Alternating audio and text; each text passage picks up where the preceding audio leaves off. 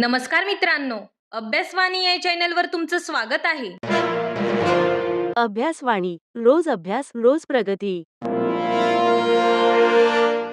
मागील लेक्चरमध्ये आपण बजेट म्हणजे अर्थसंकल्प टॉपिक पूर्ण केला. त्यामध्ये आपण पाहिलं बजेट म्हणजे काय, annual financial statement, budget structure, railway budget merge, charge versus ओटेड expenditure, budget process step by step पाहिली. हा कम्प्लीट फ्लो समजून घेतला असेल तर आजचा टॉपिक तुम्हाला खूप इझिली समजेल. आता पुढचा इम्पॉर्टंट टॉपिक फायनान्शियल कमिटीज, वित्तीय समित्या. हा टॉपिक काय इम्पॉर्टंट आहे? गव्हर्नमेंट खर्चावर पार्लमेंट कंट्रोल कसा ठेवतो हे इथूनच समजतं. डायरेक्ट एक्झाम मध्ये क्वेश्चन येतात आणि एकदा हा कन्सेप्ट क्लिअर झाला तर पॉलिटी मधला मोठा पार्ट स्ट्रॉंग होतो. आता आपण एक खूप इम्पॉर्टंट टॉपिक सुरू करणार आहोत, फायनान्शियल कमिटीज, वित्तीय समित्या. आधी एक सिंपल प्रश्न, गव्हर्नमेंट पैसा कसा खर्च करते, पण त्या खर्चावर कंट्रोल कोण ठेवतो? कारण पार्लमेंट बजेट पास करते पण रोजचा खर्च ती स्वतः बघू शकत नाही. म्हणूनच पार्लमेंट काही स्पेशल कमिटीज तयार करते आणि त्या समित्यांना म्हणतात फायनान्शियल कमिटीज. आता तुम्हाला प्रश्न पडला असेल फायनान्शियल कमिटीज म्हणजे काय? तर बघा, या अशा समित्या आहेत ज्या सरकारचा पैसा कसा खर्च होतो यावर नजर ठेवतात. म्हणजेच पब्लिक मनी सेफ आणि प्रॉपर वापरला जातो का हे बघतात. आता आपण फायनान्शियल कमिटीज कोणत्या आहेत ते पाहूया. मुख्य 3 कमिटीज आहेत.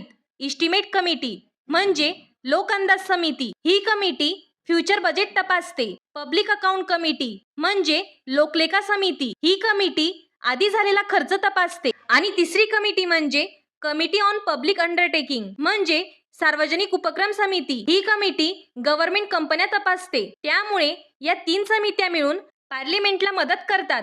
गव्हर्नमेंटचा खर्च योग्य आहे का, इफिशियंट आहे का हे बघण्यासाठी हा कन्सेप्ट खूप इम्पॉर्टंट आहे. कारण एक्झाम मध्ये डायरेक्ट क्वेश्चन येतो आणि एकदा हा ओव्हरव्ह्यू क्लिअर झाला तर पुढच्या 3ही कमिटीज तुम्हाला इझिली समजतील. आता आपण एक एक कमिटी डिटेल मध्ये समजून घेऊया. फायनान्शियल कमिटीज मधली पहिली आणि खूप इम्पॉर्टंट कमिटी पाहणार आहोत, इस्टिमेट कमिटी म्हणजे लोक अंदाज समिती. आधी एक सिंपल गोष्ट समजून घ्या, गव्हर्नमेंट बजेट तयार करते पण तो बजेट योग्य आहे का, खर्च कमी करता येतो का, पैसा इफिशियंटली वापरला जातो का, हे कोण बघतं? याच प्रश्नाचं उत्तर म्हणजे इस्टिमेट कमिटी.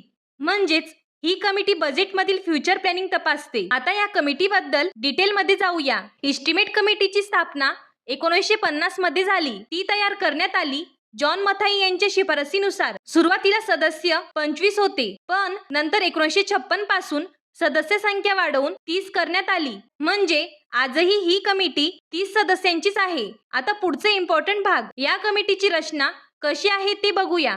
या कमिटीमध्ये एकूण 30 सदस्य असतात आणि हे सगळे सदस्य लोकसभामधून निवडले जातात. राज्यसभाचे सदस्य यात नसतात. म्हणजेच ही पूर्णपणे लोकसभा बेस्ड कमिटी आहे. आता प्रश्न येतो, सदस्यांची निवड कशी होते?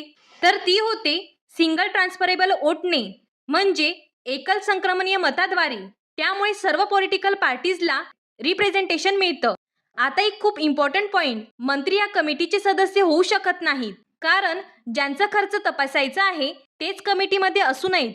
आता चेअरमन बद्दल बघूया. चेअरमनची निवड लोकसभा स्पीकर करतो आणि तो सहसा रुलिंग पार्टीमधून असतो. तर ही झाली पूर्ण कंपोजिशन. आता सर्वात इम्पॉर्टंट पार्ट म्हणजे या कमिटीचे काम काय आहे ते समजून घेऊया. सर्वात पहिलं काम, बजेटमधील खर्चाची अंदाज तपासणे म्हणजे सरकारने जे फ्युचर प्लॅनिंग केलं आहे ते योग्य आहे का हे बघते. इथेच थांबत नाही, पुढचं काम अजून इम्पॉर्टंट आहे. खर्च कमी कसा करता येईल याबद्दल सजेशन देणे म्हणजे ही कमिटी अननेसेसरी खर्च टाळण्यासाठी मार्ग दाखवते. आणि यानंतर पब्लिक एक्सपेंडिचर इफिशियंट आहे का हे पण तपासते. म्हणजे पैसा योग्य ठिकाणी आणि योग्य पद्धतीने वापरला जातो का हे बघते. त्यामुळे या कमिटीची भूमिका खूप इम्पॉर्टंट आहे. म्हणूनच तिला म्हणतात कंटिन्युअस इकॉनॉमी कमिटी, कारण ही कमिटी सतत इकॉनॉमी म्हणजेच बचत सुचवत असते. आता एकदम सिंपल करून लक्षात ठेवा, इस्टिमेट्स कमिटी काय करते तर बघा, ही कमिटी बजेट प्लॅनिंग तपासते, खर्च कमी करण्याचे उपाय सुचवते, पैसे इफिशियंटली वापरला जातो का हे बघते, म्हणजे पैसा खर्च होण्याआधीच कंट्रोल करते. हा कन्सेप्ट क्लिअर झाला असेल तर पुढची कमिटी समजायला अजून सोपं जाईल. म्हणून आता पुढे आपण पाहणार आहोत पब्लिक अकाउंट कमिटी. आतापर्यंत आपण पाहिलं इस्टिमेट कमिटी ही फ्युचर बजेट तपासते म्हणजे पैसा खर्च होण्याआधीच कंट्रोल करते. पण आता एक प्रश्न उरतो, पैसा खर्च झाल्यानंतर काय? तो योग्य ठिकाणी वापरला का? काही चुकीचा वापर झाला का?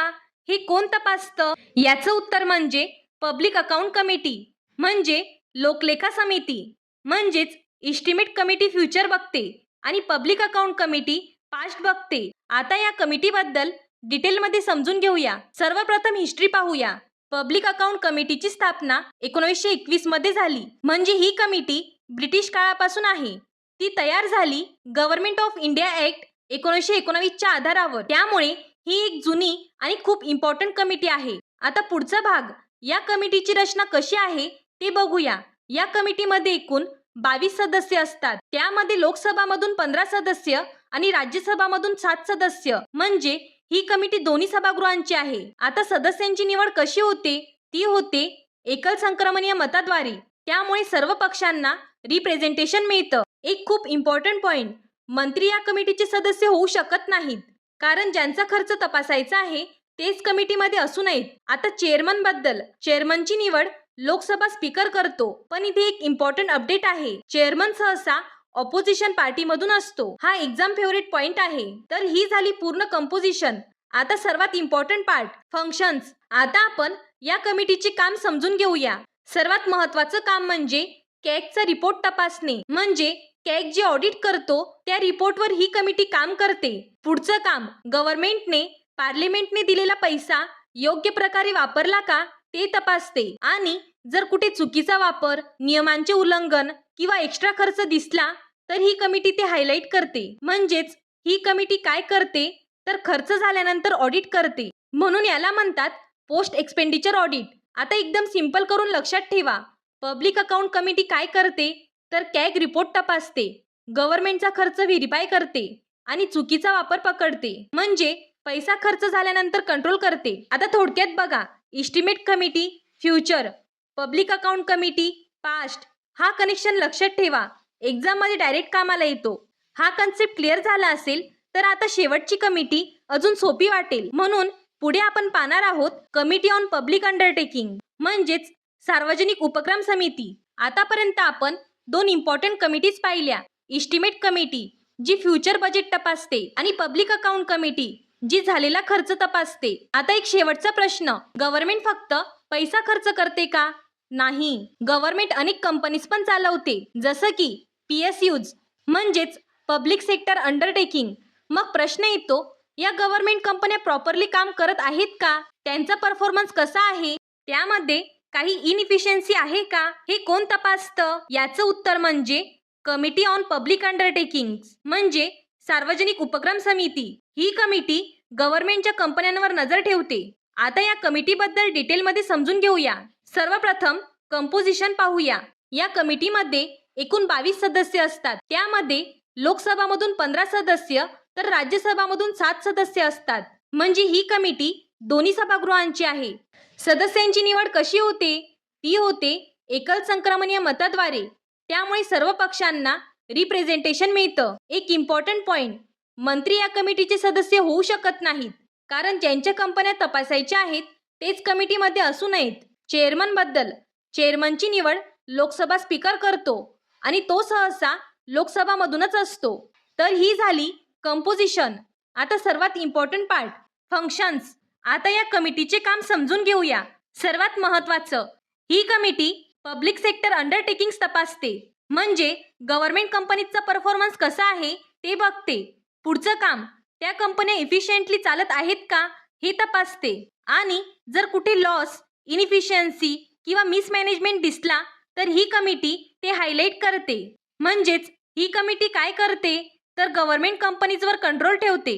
आता एकदम सिंपल करून लक्षात ठेवा, सार्वजनिक उपक्रम समिती काय करते तर बघा, गव्हर्नमेंट कंपन्या तपासते, त्यांचा परफॉर्मन्स बघते आणि इफिशियन्सी चेक करते. चला, आतापर्यंत आपण फायनान्शियल कमिटीज मध्ये काय शिकलो हे पटकन रिवाइज करूया. पार्लमेंट गव्हर्नमेंटच्या खर्चावर कंट्रोल ठेवण्यासाठी 3 कमिटीज बनवते, इस्टिमेट्स, पब्लिक अकाउंट आणि पब्लिक अंडरटेकिंग्स. सर्वप्रथम इस्टिमेट कमिटी म्हणजे लोक अंदाज समिती. ही समिती फ्युचर बजेट तपासते.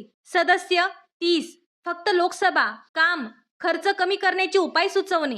पुढे पब्लिक अकाउंट कमिटी म्हणजे लोकलेखा समिती ही कमिटी झालेला खर्च तपासते. सदस्य 22, 15 लोकसभेचे आणि 7 राज्यसभेचे. चेअरमन ऑपोजिशन मधून. आता शेवटची कमिटी म्हणजे कमिटी ऑन पब्लिक अंडरटेकिंग्स म्हणजे सार्वजनिक उपक्रम समिती. ही कमिटी गव्हर्नमेंट कंपन्या तपासते. सदस्य 22. एकदम सिंपल ट्रिक. लोकअंदाज समिती, फ्युचर, लोकलेखा समिती, पास्ट आणि सार्वजनिक उपक्रम समिती, कंपनीज.